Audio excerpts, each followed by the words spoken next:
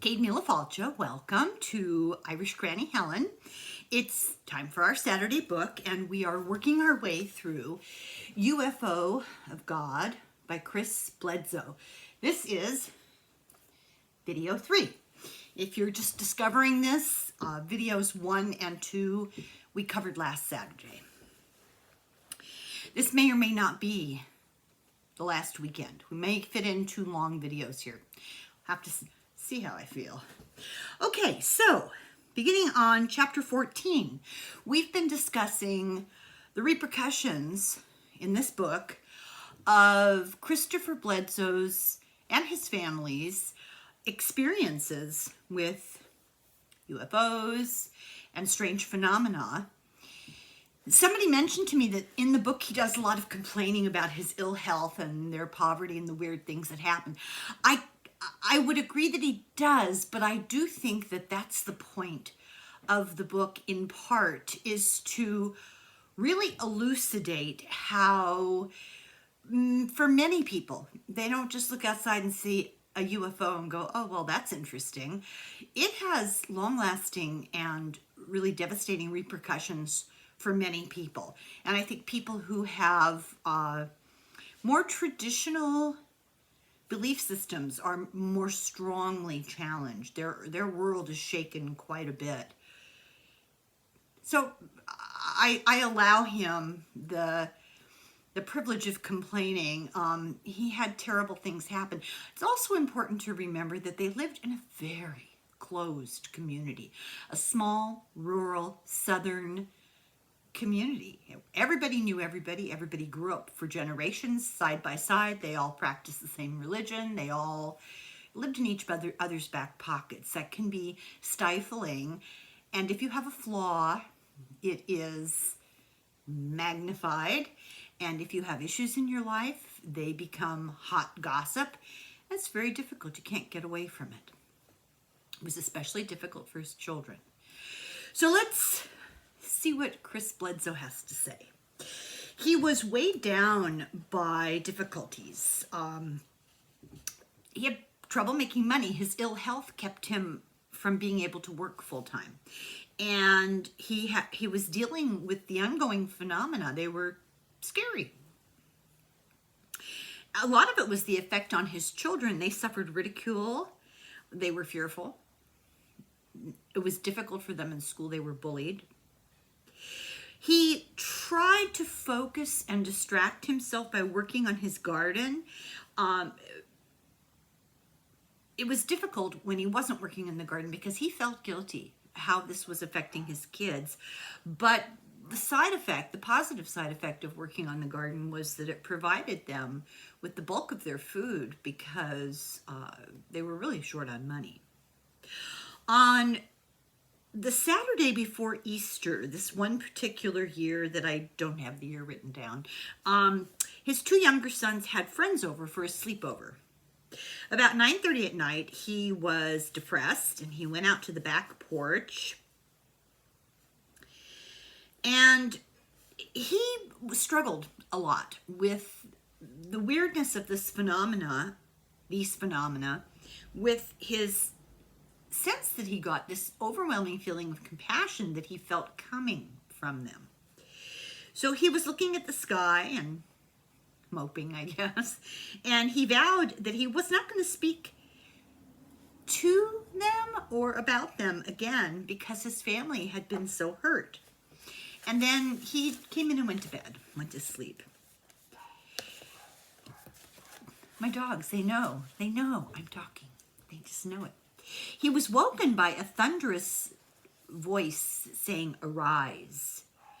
It was like a sonic boom. It was so loud. It was about 3 o'clock in the morning. He said he felt like a child, vulnerable, scared. And there was a shadowy movement at the foot of his bed, but he was paralyzed. The shadow made him feel, so we're talking about telecommunication here, telepathic. He felt commanded to get dressed, and he couldn't resist, despite the fact that he was fearful. He said he felt like he was going to some sort of an appointment. So he was led out the back door into the woods toward the dog kennels. They had all these dog kennels, which is a whole other thing I don't want to think about. And this being stopped and gave him an object and said, "Take this, it's yours, you must keep it." It was something in the shape of, he said, like a chihuahua without a head or a tail. It had fur. It was alive, it squirmed, but it had no limbs. This is very strange, I fully admit. The fur, he said, morphed into quills like a hedgehog, and he dropped it in shock, and he was ordered silently pick it up. Then the beings left, and he put this thing in one of the kennels, and he turned to run to the house, but there was a huge wind that began to blow and stopped him, and it was coming from a hole about 3 feet off the ground amongst the trees. It was an area the size of a car. He could see it. It was all black. And as he looked in shock, as this wind came at him, he estimates 1,500-pound black bull charged out of this hole. It jumped over him as he stood there frozen. He fell on his back. I mean, he was just bowled over. And he saw under the bull as it went over him. And he noticed it was not completely solid. He could sort of see through it. He got up to run, and before him, what he next saw was a beautiful woman floating in a circle of light. His fear immediately vanished. He felt, her feet were bare. She wore a gleaming robe like an ancient priestess. It had long sleeves and unadorned collar. He said she looked like a Roman sculpture of a goddess, or maybe what you'd see in a mosaic. She was blonde with blue eyes and was only about 5 feet tall. And she exuded for him and created in him a sense of calm.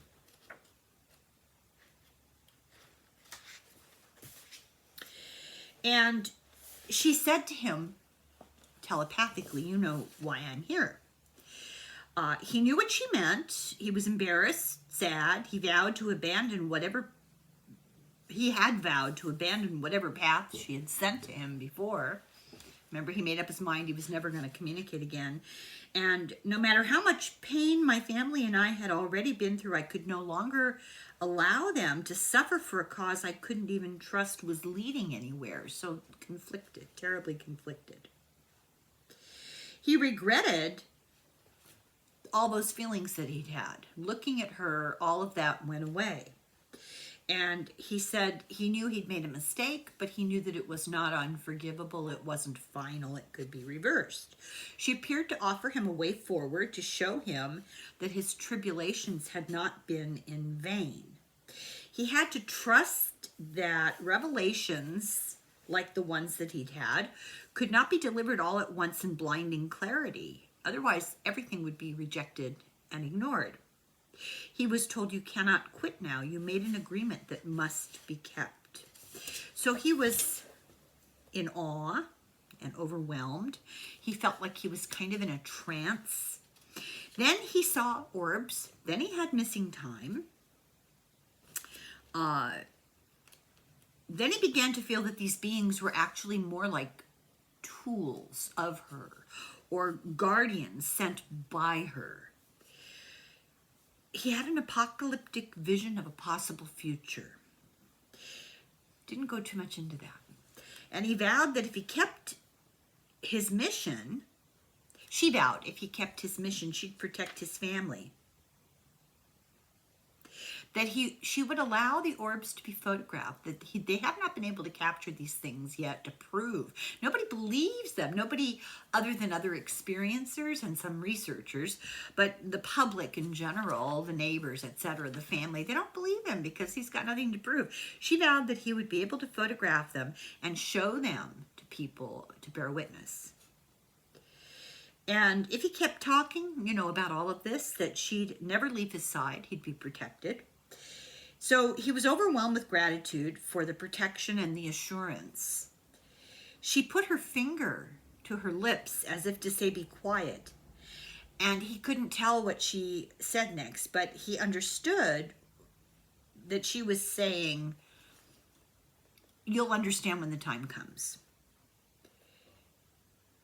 The lump of fur in the kennel, he was told, was an icon of humanity. She said it was an icon of humanity, directionless, senseless, without head or tail, in dire need of protection and guidance.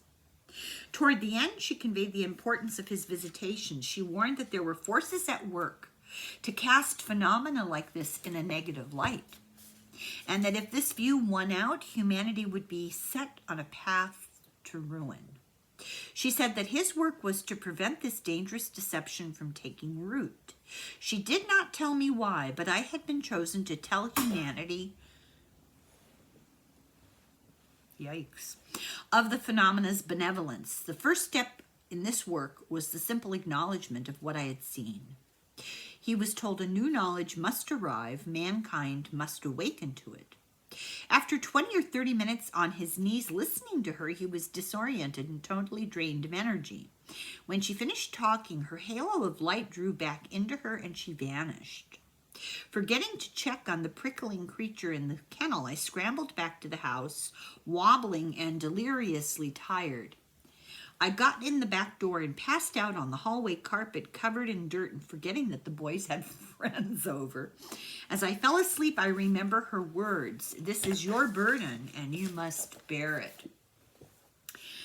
I don't know, I'm just going to add this. This is not in the book. This is my opinion. This sounds remarkably like the apparitions at Fatima, at Lourdes, the apparition of Our Lady of Guadalupe,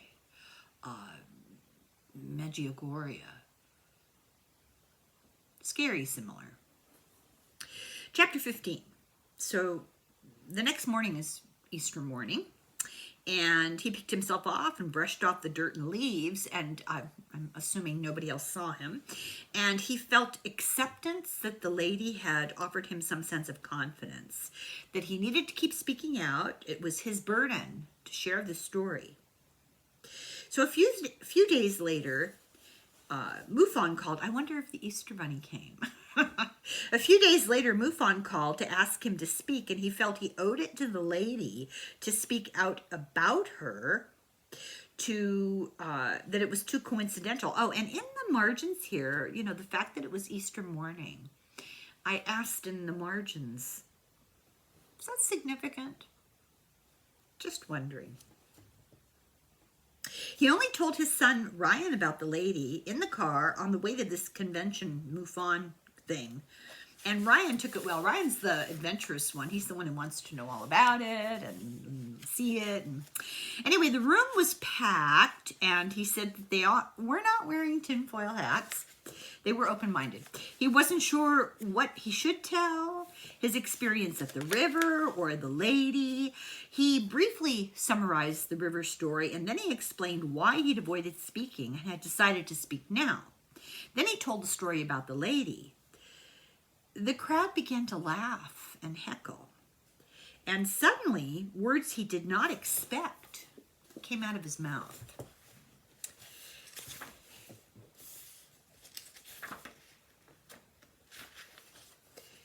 And this is what he said to this crowd that was making fun of him. Quote, "There will be a 6.8 magnitude earthquake on September 23rd, 2012 in Baja, California. In New York, this fall, the elections will be disrupted." He says, "I was breathless. I had no idea why I said what I'd said. I realized my face was wet with tears. I looked up at a room of wide eyes. The murmurs and the laughs stopped. I took a deep breath and found Ryan's eyes. He looked as surprised as I was. I figured I had said as much about the lady as they would let me, so I picked up the river story where I left off." Afterwards, he was invited to a sky watch on a lake 40 miles away. About half the people in the crowd joined it. Several people introduced themselves, shook his hands. They were very supportive. Others wanted more information about the lady. He made a great guide called Dan, and they ended up really hitting it off as friends and talked all night. Weeks later, MUFON invited him to Wilmington to speak with a scholar by the name of Diana. Now, who could this be, I wonder? This was Dan's wife, and it was our friend, Professor Diana Pasulka, professor of religious studies at the University of North Carolina. And we've covered her books, American Cosmic and Encounters. And she is an astounding individual. I highly recommend that you read her books, at least listen to what you can find that's left on my channel of the videos I made of her book. I know for sure Encounters is there. She has this theory that she has worked on with Jacques Vallée, whom she met at one of these conferences. It's very interesting. She got her doctorate studying mystical experiences, and she's Catholic. She teaches theology and religion as a professor at a University of North Carolina school, but at the same time, that's her area of expertise. And in the process of working on this stuff, she met you'll have to read the book, all kinds of interesting people, focusing on mystical experiences as a manifestation of something similar, equal, or adjacent to UFOs and mythological lore, that there's a common thread. That's hugely oversimplification of it, but it's the general trend, that these phenomena present themselves in a way comprehensible to the time and place. So Stone Age people were not going to see flying saucers. When you read the descriptions in the Old Testament of the, is it Elijah? I always get those guys confused. Well, the Old Testament stories about seeing the burning chariots flying in the sky. Or you read in the, I think the Vedic texts about the Vimanas, which were kind of almost like a flying carpet kind of thing. You begin to wonder, what were they really looking at? Anyway. Oh, and in the 1800s, people were seeing clipper ships, sailing ships in the sky. This is in newspapers. You can go read them. It's all over the place. Anyway, Professor Pasulka was there and dropping heavy hints about a collaboration. And she brought her oldest son, or did he bring his oldest son, who was curious? I don't remember. Sometimes I abbreviate too much. It was his oldest son. And he came along because he was interested in exploring college, and this was at the university. So also his other son, Jeremy, went there. So the oldest son, who had had all these experiences with him and was severely traumatized, was now trying to recuperate and maybe go to college. Meanwhile, his middle son, Jeremy, was there at college, and his younger son, Ryan, came along for the ride. So his older son seemed willing to listen and talk with Diana. She's legitimate, academically respected, and he thought, well, this might make a difference. This might help my son with all these detractors to realize here's a well-educated, well-respected person, and people are not turning their noses up at her. So they got there a half hour early to meet Diana. MUFON had contacted her the previous winter. They wanted to get them together. So she was very engaging, and she talked a lot with his son about school. She believed that Chris had seen angels and aliens. So we're talking potato here. There's some sort of connectivity between these experiences, and we don't understand what it is. They don't understand what it is, and she's making these connections. She said that she could introduce his son to people who were receptive to these ideas and that it would be healing for him. And his son was thrilled. Chris felt validated, finally. He had always thought that the orbs and the phenomena were divine, and he didn't quite know how to address that. He had always felt that MUFON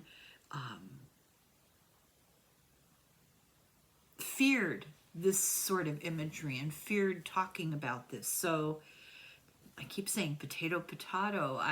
We're arguing semantics, and I'm not sure that they're not really agreeing without realizing that they're agreeing. This was not a hobby for him or his family. It was a daily confrontation with forces that were beyond understanding, challenging their sense of reality and consciousness. He felt it was sent from God, and it spoke of nonviolence and compassion, so that's a good thing. And it seemed otherworldly to him, and it didn't follow our laws of physics. That seemed significant. He felt there was a fated course to the whole thing in his life. He'd had near-death experiences, several, brushes with death, then the death of his first wife, the loss of a really lucrative career, the ridicule of his community and the isolation. He and Diana talked for months. She was writing a book. Oh, I wonder what book that was. She taught him about the religious context of the phenomena, similar to stories in ancient scripture, and put his experiences in this context.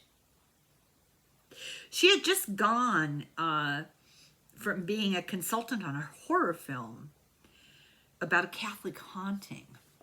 And she asked the screenwriters if they'd be interested in his story. So she had these Hollywood connections. But he was reluctant because of the experience with the Discovery Channel. They were cynical about how they would be treated in the media. So she pushed him to meet with them because she believed the UFOs are major factors in world religions, that you can't make a distinction between religion and contact from beyond. She wanted to write a book about Chris, and she wanted to call it Seraphim, which are a kind of angel.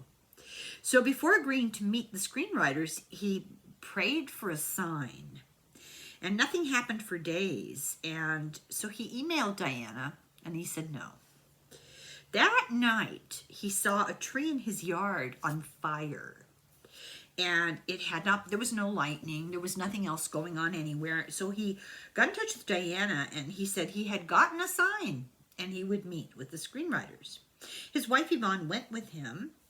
They liked each other enough to say yes to the writing proposal, and they warned him that screenwriters had no control over the final film, that they might work with him and come up with this proposal for a movie and have a script, and what came out the other end, they would not be able to control. He needed to understand that.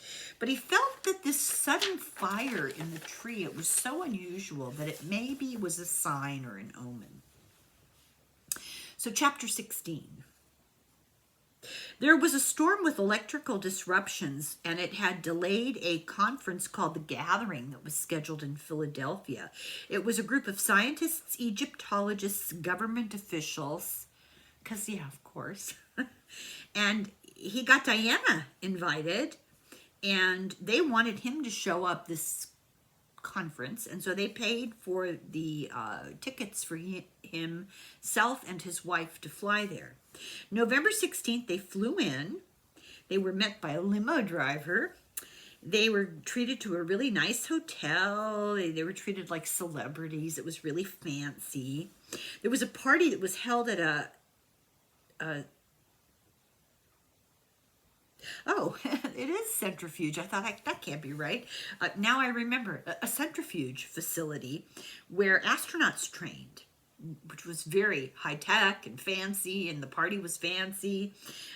He got to sit in Neil Armstrong's seat in some equipment somewhere. He was one of only 2 direct experiencers in this whole group, and he was encouraged to mingle and talk. The people there that had not been experiencers wanted to meet him and learn from him.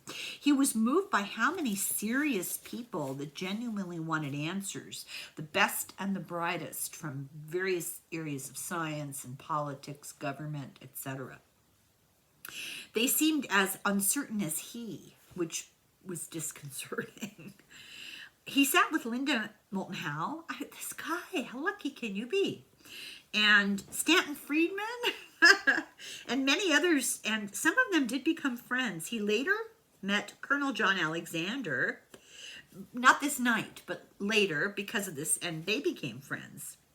They flew home Sunday morning, and that evening they walked next door to his parents' house to fill them in on what had happened. And on the walk home, saw a gigantic orb over their own house, and they were able to get it on video on their phone.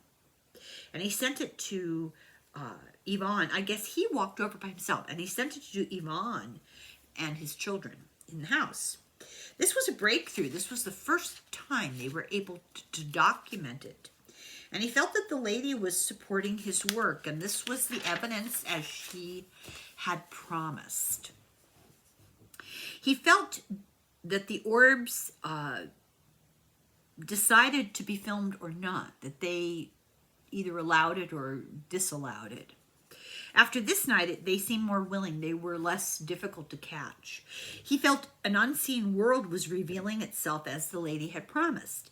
His arthritis got really bad. This poor guy, he can't catch a break. And it was necessary for him to create his own garden. He made soil and fertilized it with manure from his chickens. And while he's doing all this work, he had apocalyptic visions, and he got a message. One of the messages he got was, don't use Miracle-Gro. That kind of bums me out. I was going to order some. To think about it, you cannot directly use chicken manure in the garden because it's too hot. It's too acidic. You have to let it sit at least a season and kind of foment. So let's move on. The whole making of this, we're going back to the manure. The whole making of this kind of compost was risky because of botulism and bird flu. And he was doing a lot of shoveling and lifting, and it was very, very cold out. And he said it was a huge challenge to get this garden going. They couldn't just order it to be delivered. They had no money. So Easter of 2013, this is the second time that something happened on Easter. His sleep was disrupted by his arthritis, and even lying on the mattress, the pressure of it hurt him.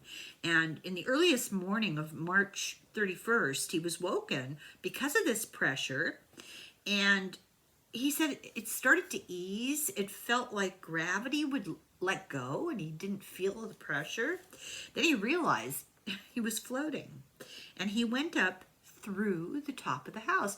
We've covered so many books where you hear these stories, going through walls, floating over cities, going through like the Andreessen affair. She was always taking off through doors and walls and windows.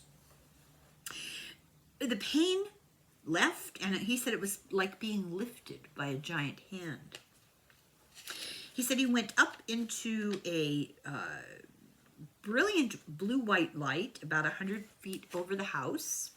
He didn't have any fear. He said he remembered the event at Easter the year ago at the river, and he says, okay, this date, this is no coincidence. He knew that he would not be harmed. He felt it was to prepare him to tell the world. He felt enveloped by light. He was in a dark room, as had happened at the river experience. He could hear his breath echoing. It was a round room. The walls were transparent. He walked to the wall and reached out and touched it, and it was like an invisible boundary. He could see that he was far beyond the earth into an expanse of stars. I don't think at that point I would have touched the wall. I don't know about that. I would be afraid that, you know, you would disturb the integrity of what you were enclosed in and lose your air or something. I don't know. Anyway, then he felt that he was descending onto a surface, a light, pale light, like the ambient light was light pale, like it was dawn or dusk. He saw an expansive desert floor. He said it felt like Utah, the desert. He landed in a deep canyon. The orbs were gone, but he felt sand under his feet, and he didn't have any shoes on. He was in his pajamas because he had been in bed. He saw hundreds of feet of canyon walls on either side. So as he landed, he said this orb that he was in popped open, and it revealed three beings like those that had led him to the lady the year before.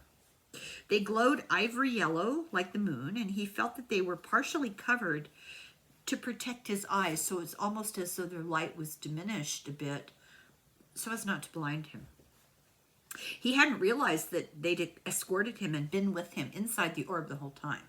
So when he says that the orb opened, this is the orb he was in, but it also had these three creatures in there. They moved down the canyon, and they gestured him to go with him. He said it felt like they walked a mile in total silence, and ahead he saw a brilliant light coming from around a corner. It was the lady. She was the light. It was bluish white with an aura. She was on a stone throne about 20 feet above the ground in the canyon wall.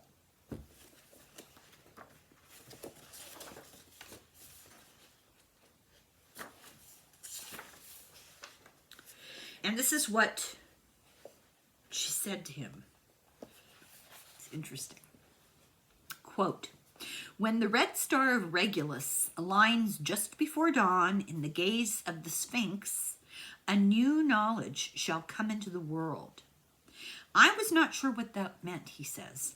"I have come to understand," get this, "that around Easter 2026 there will be the end of an old way and the beginning of a new."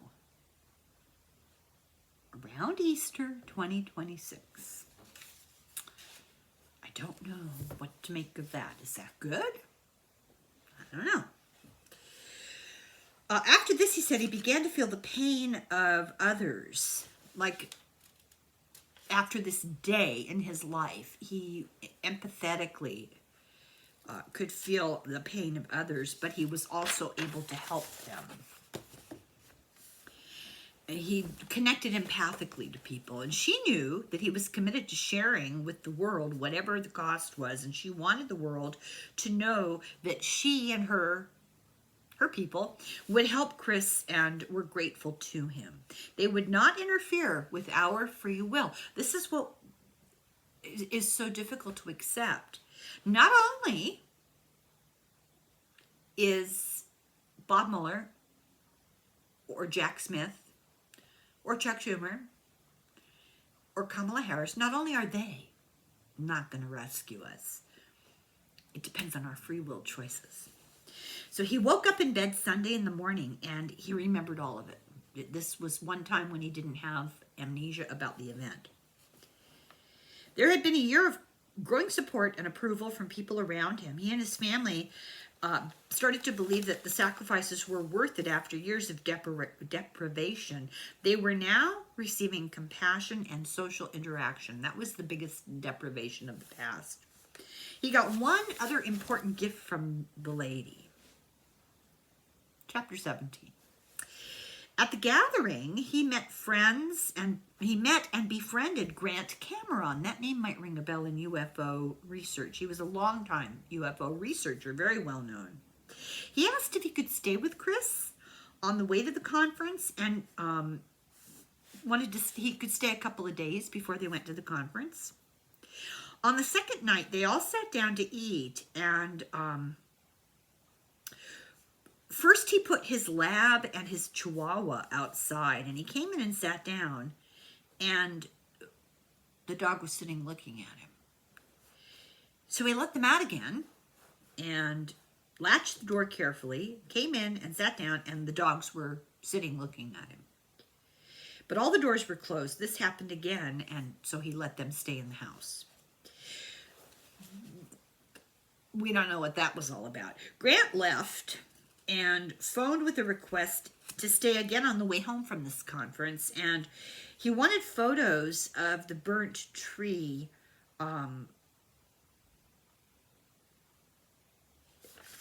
and possibly, if you could, catch an orb. He arrived early in the evening and took pictures, and he realized on the way back into the house that his Labrador was seriously bleeding. He had a 1.5-inch gash on his neck that was big enough, like 3 fingers big. He put pressure on it and prayed the bleeding to stop, and then this gash disappeared, and there were eyewitnesses. Grant Cameron photographed the entire event. Chris says that he felt the presence of the lady and he had prayed to her. This is sort of one of those inexplicable moments. We don't know what happened to the dog. We don't know why the dogs were materializing inside the house. Was something trying to protect them because there was something outside? I don't know. Anyway, he got an invitation from a publisher to join a group for a weekend in Pennsylvania in a lake cabin. The object of the meeting was to discuss universal good and evil. Okay, a little light weekend. The group was pushing the idea of only chaos, that life was random, and it wasn't evil. There was not an evil intent. It was random. Chris 100% disagreed with this. When he got there is when he started to hear this stuff. They used the example of Jeffrey Dahmer, that he was an example of evil, as an example of victims choosing their fate in a previous life. And I would just interject here that whether or not that is true, and some people do believe you decide the outline of the course of your life based on the lessons your soul wants to learn before you incarnate, but you still have free will. And it's about the free will choices. It's not about the plan. It's about how you behave, the choices that you make. That's where good and evil come in.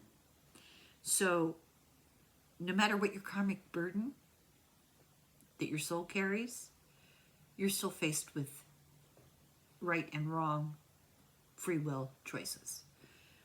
So it's an interesting group of people to listen to. They had this new guest called Timothy Taylor, and he had made the detour to come to this thing just to meet Chris. Chris excused himself to call and ask Diana what to do about the philosophy of this group, because this was more than he could cope with. This Timothy guy came out and told Chris that he worked for NASA his whole life, and he was interested in Chris's story. Okay, why is NASA interested in the story of good and evil? Very interesting. So he asked him if he could come and visit and talk to his son and validate his son's experience and maybe get him help. But they had previously had the same offer and the same type of visits from Hal Povenmire. I can't say his name. It's in the book. Also from NASA, he'd been sent to debunk Chris, but after 4 years of talking to Chris's neighbors and family and friends, he could not debunk him, and he said publicly he could not debunk him. He 100% believed Chris after spending 4 years digging into this.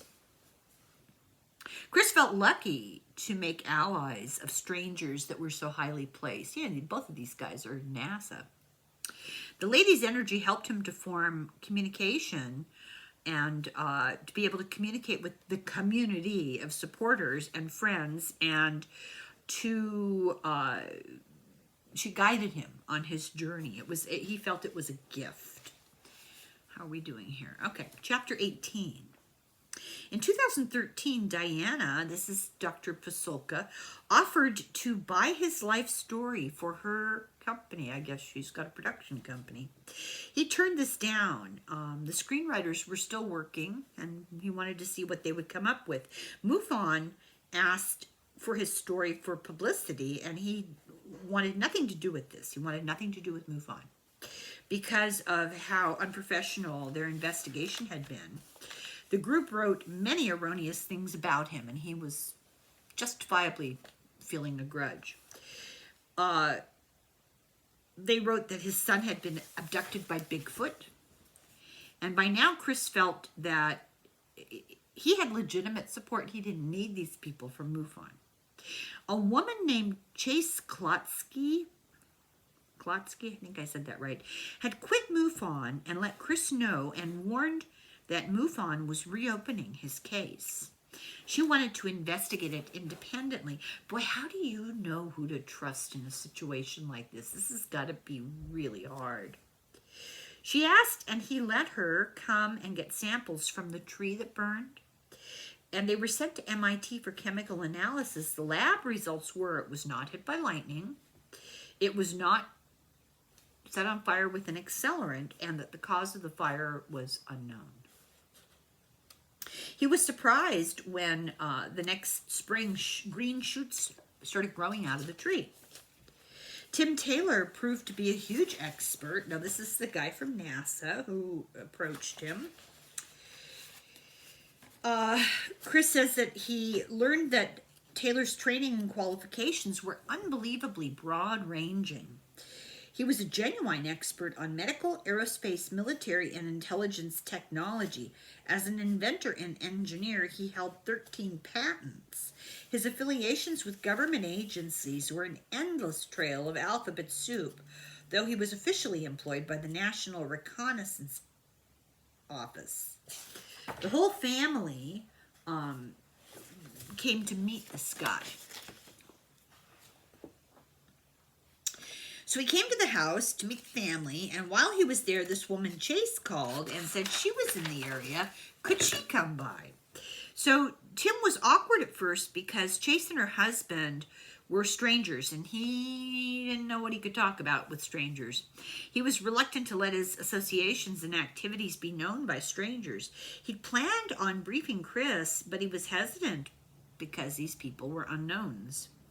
Chris saw Tim and Ryan go to the kitchen. Later, he found out that Tim told Ryan that he wanted to explain things to the families on a one-on-one and to do tests. So Tim and Ryan went into Ryan's room, and in a short time, Jeremy and then Emily went in, and then Yvonne. So the kids and Tim started... they stayed gone, and Chase took the hint. Everyone's leaving the room and not coming back. So eventually she and her husband left for a hotel, but they would return later. In the meantime, Chris went into Ryan's room, and everybody was sitting looking at Tim's laptop, and the slides on the laptop were called "For the Bledsoe Family Only." And there were warnings on it about sharing it, penalties for sharing it. It was United States government UFO information, unexplained phenomena, and related topics. It was extensive and detailed. What would you give to see those slides? Tim handed a small silver gray piece of metal the size of a stamp to Chris. It seemed like a piece of aluminum. Then Tim took out a small piece like wrinkled aluminum foil. It wrinkled easily, and then when you let go of it, it went flat and was smooth. There wasn't a mark on it. With one in each hand, a jolt of energy jumped across. And Chris could feel his heart racing. He was holding one in each hand. He could feel this energy in his heart racing, his arm pulsing, and he got tunnel vision. Tim said, "Why you?" Okay, this is interesting. And he put the pieces away. Chris needed to recover. I mean, it was jarring. And he said he was told that this material was made of isotopes from 50 million light years away. That they weren't human. They weren't like man-made. They weren't like anything on Earth. Tim said that he tested many people and only 2 reacted. One of them was Chris. Then the other one, I don't know who it was. Tim said that this confirmed that Chris was truthful about his experiences. And in the margin, I wrote, is this like the Excalibur? The Excalibur, the sword in the stone, that only one person could pull it from the stone. What have we got going on here?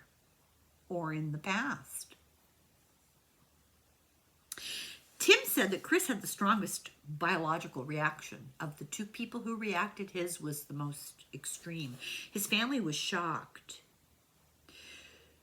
2 weeks later, they were in the backyard with the fire pit, and he said he had lots to think about in the sciences from his new friends. They had been educating him. 2 orbs appeared to him with bright flashes, and they began to react. When he noticed them, it was like they interacted. They descended 100 feet above a tree, above the tree line in the back of the property, and they interacted with flashes and colors. And they were kind of playful with each other, and they shot away at high speeds together. 2 nights later, Chase, that woman, called and said, hi, and he told her about the orbs, and she asked, did he know that there was a place called St. Paul's Cemetery, and that someone had seen those orbs flying in that direction. And he said, well, yeah, I know that cemetery because all my ancestors are buried there. She'd gotten a report of paranormal events at St. Paul's Cemetery. A group of paranormal investigators with a lot of experience and equipment had gone to investigate at an 1840s farmhouse, also on a large property. Nearby, there was a dilapidated slave shack. They saw 2 strange streaks in the sky zipping around, and then they saw something in the trees with glowing eyes. They shot guns at it. I wrote WTF. That would not have been my first reaction. They returned to the house and they saw that they'd lost 2 hours. They were very unsettled. Chase volunteered to do a follow-up investigation of this whole thing. Now, these guys are official investigators, and they're freaked out. She invited Chris along. Tim called, and Chris invited Tim along. Pete, who was her husband, had been a former submarine commander. He came too. Chapter 19. Tim first wanted to see the tree that burned, and at the tree, a silver snake suddenly emerged and extended towards Tim, and then slowly retreated into the tree like it came out to greet him. Chris had grown up there and had never seen this kind of snake ever in his life. They checked a field guide, and it looked like it might have been a snake from the Amazon. Tim's grandmother, who was full Native American, then told him that a silver snake was a sign from God. They took his son and Tim, Chris took his son and Tim to St. Paul's. They met with the original group of investigators, ghost hunters. Tim was incognito. Chris introduced him as my good friend. They were walking towards the back cabin, the slave quarters, when they encountered several snakes that were going in the same direction with them. Chris believed that it was a natural phenomenon, but it was a sign of connection and a message from snakes about the loss of the ecosystem. Snakes are very closely tied in Celtic religion with nature, with, what's the word I want? Not prosperity, but with like procreation, with wisdom. So this was about the loss of the ecosystem, he felt sort of intuitively. And there had been severe logging in this area in the last 2 weeks. And he believed that environmental distress was provoking these signs. And Tim warned Chris and said to him that Chris needed to know about an important strategy when dealing with these beings. It was crucial that Chris keep them from getting into his head. He said they had the ability to read your thoughts and fill you with fear, even if nothing scary or unusual was happening. He said that I had to find a song that was at least 4 minutes long and that I knew all the lyrics of. Whenever I thought the beings would be near, I was supposed to sing the song to myself, whether out loud or just in my head. I had not been truly afraid for a long time, especially since meeting the lady, but I was grateful for the tactic nonetheless. His mother told Chris that her parents and his father's relatives were buried around St. Paul's Cemetery. The old farmhouse had belonged to the Bledsoe family. Chris returned to the farmhouse to meet up with Chase and Pete and all those other guys, and they went room to room ghost hunting. In one room, he said he got dizzy. He didn't like the energy in there. He said there was no other phenomena. He went into the woods, they went into the woods behind the cabin. It was very dark, and inside the cabin they had no results. Outside, he ran his song in his head. I wonder what he sang. As they went into the woods beyond a ditch, there was a ditch and then trees. And he said the trees seemed to be swaying too much for the very light breeze that was there. They got to some power lines, and then they turned back for the 15-minute walk back to the car. Chris said he felt a shift, and one of the ghost hunters reached for his gun several times. These people are all trigger happy. Then Chris saw a pair of luminous green eyes from behind a tree. Chase saw it too, and they hurried past those eyes to stay with the group. They got to the ditch, they climbed in and then back out on the other side to get back behind the cabin, except there was no cabin. They found themselves back at the power lines where they started for the return trip. They were totally freaked out. Pete had been using a compass. Now, this is a guy who navigated nuclear subs, and he couldn't figure out what was going on. So they repeated the path to the ditch. They went through it from the power lines. They're once again repeating the return trip. They go from the power lines, through the ditch, through the trees. They get to behind the cabin. They see the cabin. They rush to their cars, and the next day Chase called and said, we figured out what happened. She tells Chris. He replied, I know what happened. We lost time. They lost 15 minutes. And she said, how did you know? She told him the timers were left in the car and they showed the time discrepancy. He and she knew the green eyes were responsible, but they didn't know how. They didn't know what it was that they'd been looking at or what had been going on. Chapter 20. There were too many requests to come watch the sky from his property. People wanted to be there all the time. He didn't want to turn the house into a tourist trap. So a year earlier, in 2013, a guy called Doug Old, I think that's how it's pronounced, contacted him. He was a New Jersey painter. He was familiar with the Discovery documentary. He felt it was an injustice. And in his email, he seemed very sincere. He told Chris about seeing an orb while in church, mourning the death of his wife and the mother of his children, of his wife, and his mother was in a nursing home. And he had heard about a podcast with Chris and felt that they'd seen the same thing with this orb thing going on. He offered to help Chris with his new painting hobby. Chris was always trying to find creative outlets. So Chris invited him for Thanksgiving.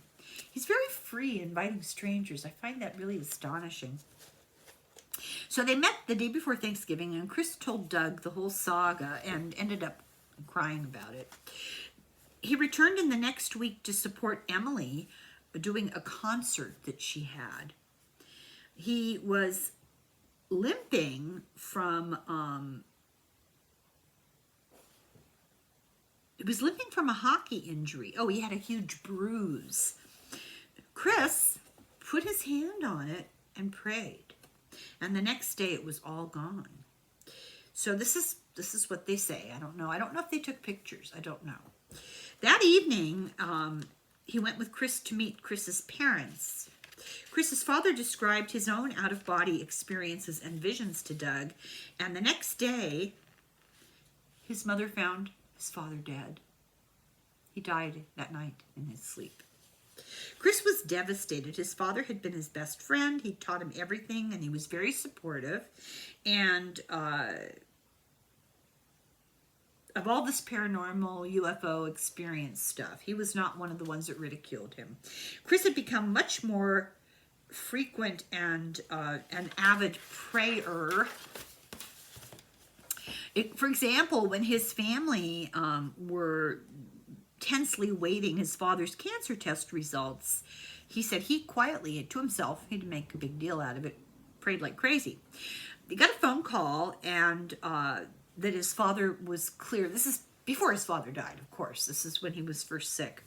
They got this phone call that his father's test results were clear, and Chris jumped up and raised his hands to the sky, and an orb went above his hands and up into the sky and disappeared. He said it rained all through his father's funeral. It was like nature was weeping. He then saw a giant white owl.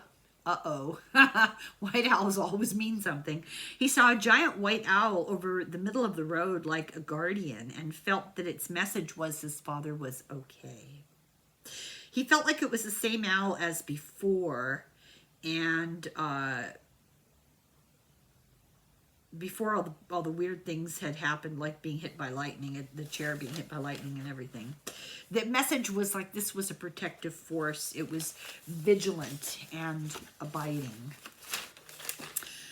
I think I'll do one more chapter here, chapter 21.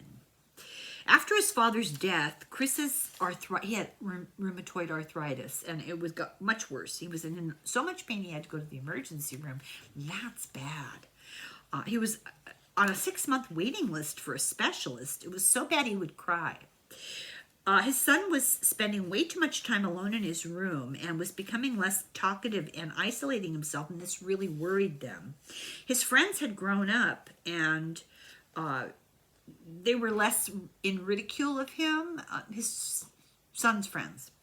He was more comfortable talking about his experiences, and he was helped by his association with Tim Taylor and Hal Povenmire, that's how it's said. And the fact that NASA was agreeing with him, that helped a lot.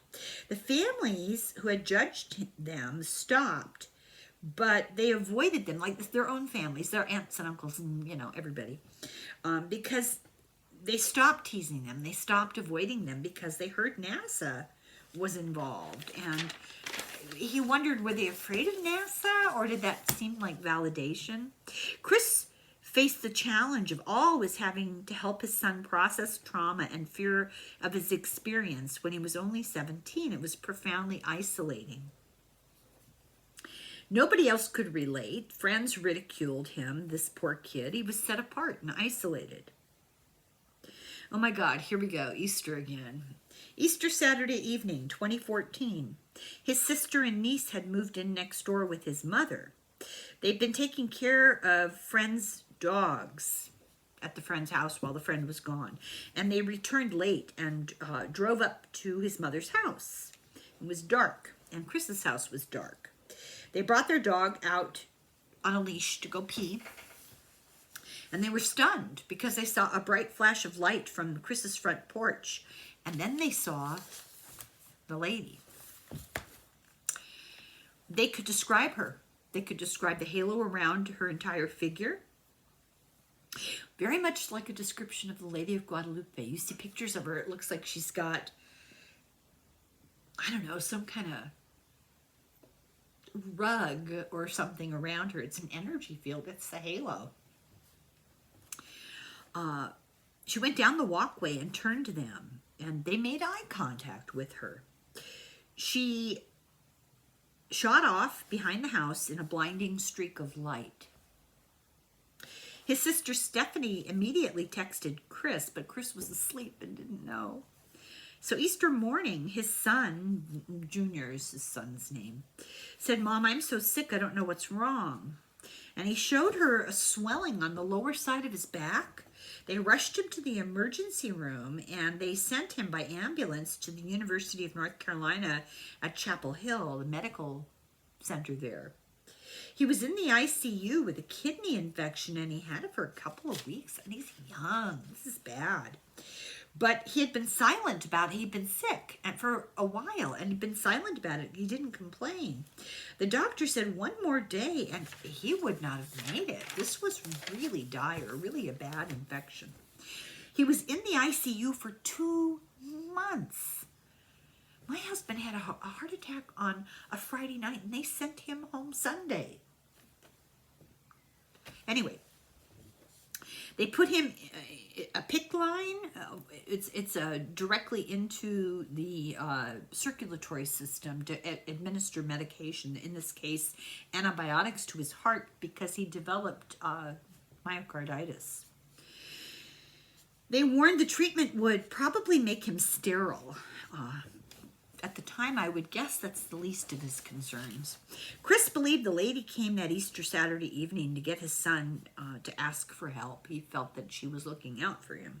Chris was angry that it came to that. He felt that they had been through so much already, and he remembered his job to have compassion for all life, to speak about what he saw, and to never give up. He realized he had a new witness, his sister and his niece, which was a gift, and he felt grateful for that. Tim Taylor, his first email had told Chris that his reason on earth was to cure cancer in children. Now, I want to be very clear. I am not giving medical information. I'm telling a story that I read. This is what this guy was told. I am not advocating any kind of treatment. I'm in trouble about medical misinformation, and I'm not giving medical information. I'm telling a story about what this man was told by somebody else. I can't be more clear. So Chris learned that Tim was involved in research with stem cells, and he sent Chris academic papers and introduced Chris to his research team and began to try to teach Chris some of the science. He asked Chris to meditate and to dream about the science to maybe help Tim make a breakthrough. He told Chris that Chris had a special relationship to a new application that they were investigating. Some kind of crystal formations in medicine. In short, it's all explained and it's difficult to explain, but they follow the golden ratio. Tim explained that the test with the 2 metal strips had something to do with this. Remember when he held the strips and he felt the jolt? He said that they were quasi-crystals and 50 million years old and not from Earth. Okay, this guy's from NASA. If they're not from Earth, where are they from? Where did they get them? He told Chris the galaxy was arranged in the same regular, non-repeating pattern as a structure. Tim could tell from Chris's reaction to the metal that he was connected to this formation somehow. He needed Chris's guidance, and he told Chris that the objects had imprinted the pattern on Chris's mind and body in some sort of, I don't know, metaphysical way. I don't know. He sent Chris pictures of the metals to meditate on, and he caused Chris powerful dreams. He looked at the pictures every night, and he said it was like stargazing. Sometimes Tim gave him specific things to focus on because of the experiment that he would be doing the next day. Let's see here. How are we doing for time?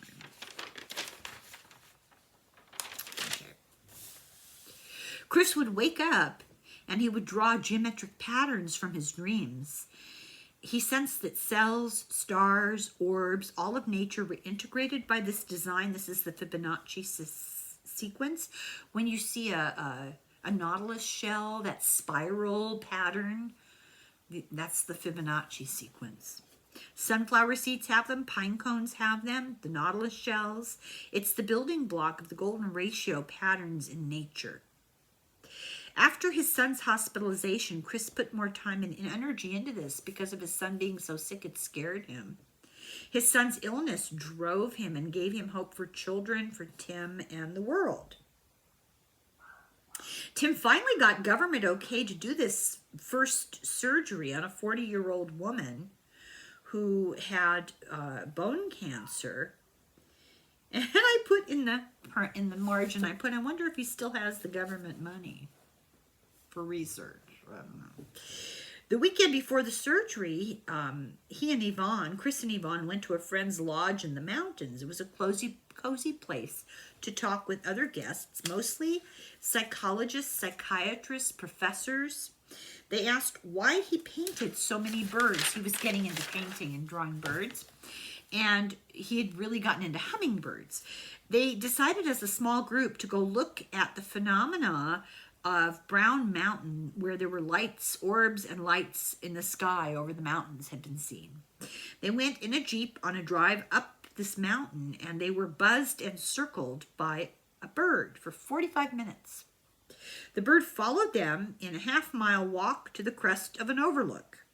They saw no lights, but the bird still was with them on the trip down, and this was very odd, and Chris sort of took this as a reassurance of nature. Tim called the next day. Did Chris know how the surgery would go? And Chris told Tim about the bird. He went on a short hike and left his friend at the lodge to take a nap. And he had a weird encounter with a big snake around a coat rack in the bedroom. And Chris thought caduceus, but the caduceus is really two snakes. Actually, what he saw was Asclepius.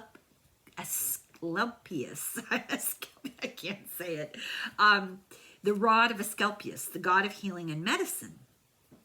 Then he saw a vision of the patient walking again, and he called Tim, told him about his dream, and he said 60 days. She'll be able to walk in 60 days, and the dream is what, this is the message he got. And it happened, and it gave Chris solace, especially because he wasn't able to go to college. He really didn't know anything, like no education about that. He was frustrated he couldn't discuss this, that it was a secret experiment, and only the people, the contacts in NASA knew about it.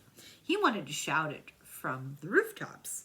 The celestial world is all around us, interacting with us all the time. This was the message that he got from all of this. Okay, that's where I'm going to stop. That's the end of video 3. Yeah, that's the end of video 3, and we'll start video 4 in a minute. And thank you very much for watching. Very interesting experiences that this man had. Very interesting. Mind-blowing, some would say. Thank you very much for watching. I'll be back. Slán go foill. Slánte.